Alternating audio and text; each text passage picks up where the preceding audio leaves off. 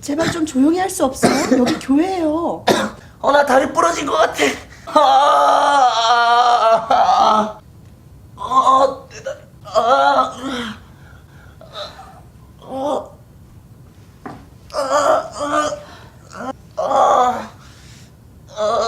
다리. 다리.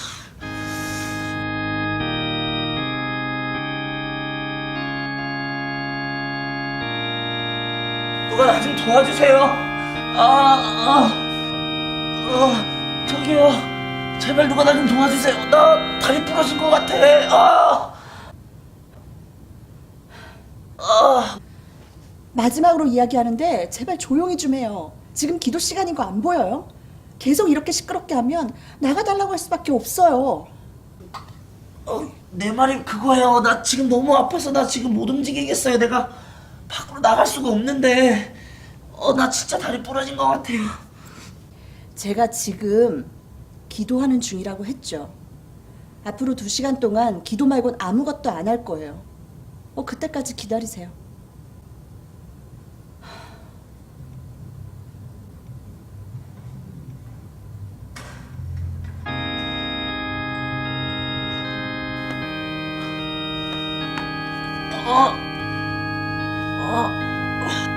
저기요.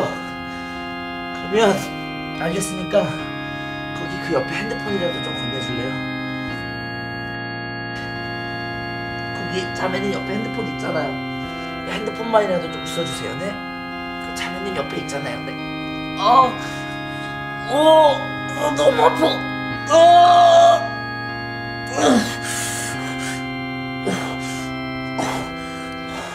이미 말했지만 앞으로 2시간 동안은 도와줄 수가 없다니까요. 그냥 좀 기다리세요. 방해하지 마시라고요.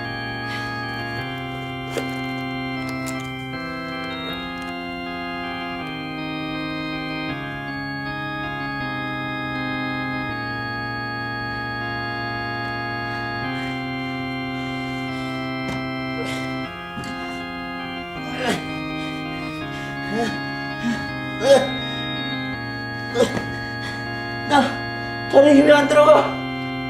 누가 나한테 도와주세요. 거기 누구 없어요? 나 큰일 난 것 같아요. 주여. 누가 나 좀 도와주세요.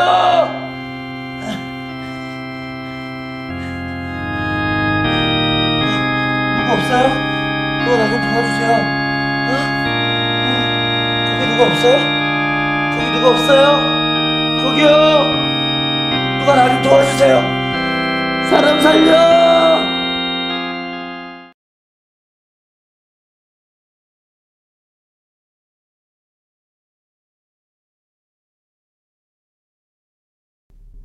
In Luke chapter 14, we see Jesus coming to the home of one of the rulers of the Pharisees to eat food on the Sabbath. And it strikes me as very interesting. Jesus accepts these invitations. Jesus has already confronted the Pharisees with a number of woes that he's pronounced upon them for their hypocrisy. And nevertheless, they keep inviting him to dinner. But the scripture gives us a clue as to the motives of their invitation. It says that they invited him, but it was that they might watch him closely. Imagine what that must have been like for Jesus coming into this stifling atmosphere, knowing that the invitation wasn't really sincere. I'm just amazed at the humility, the goodness, the kindness of Jesus. Even he takes opportunity to heal a man who's present there and to teach the people about the heart of God. What I'm also impressed with is that Jesus, in starting the church, the New Testament church, he died for the church. And yet here, prior to the cross, he is not withdrawing himself from society, but he's very much participating in it. However, he does so without compromise. He never compromises his message.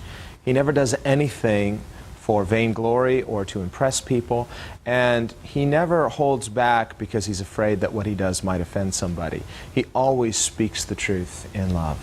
Jesus came into this home. It's a meal on the Sabbath. The Sabbath is a day of rest. It's a day of worship. It's a day to honor God. And Jesus asks, is it lawful to heal on the Sabbath? Because there's a man there who's sick. He's in a very serious condition.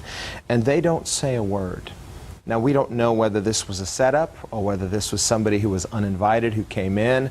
These meals were semi-public, so that's possible.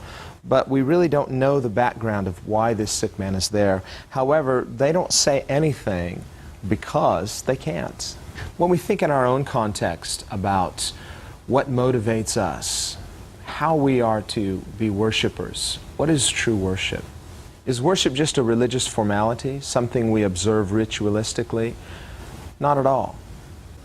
The whole point of the Sabbath, the whole point of worship, is that we are to draw near to God, to know His heart, and ultimately to become like Him. Here these Pharisees were observing the Sabbath religiously, but a person was present there who was very sick and in need of healing, and yet they were not willing that he should be healed on the Sabbath.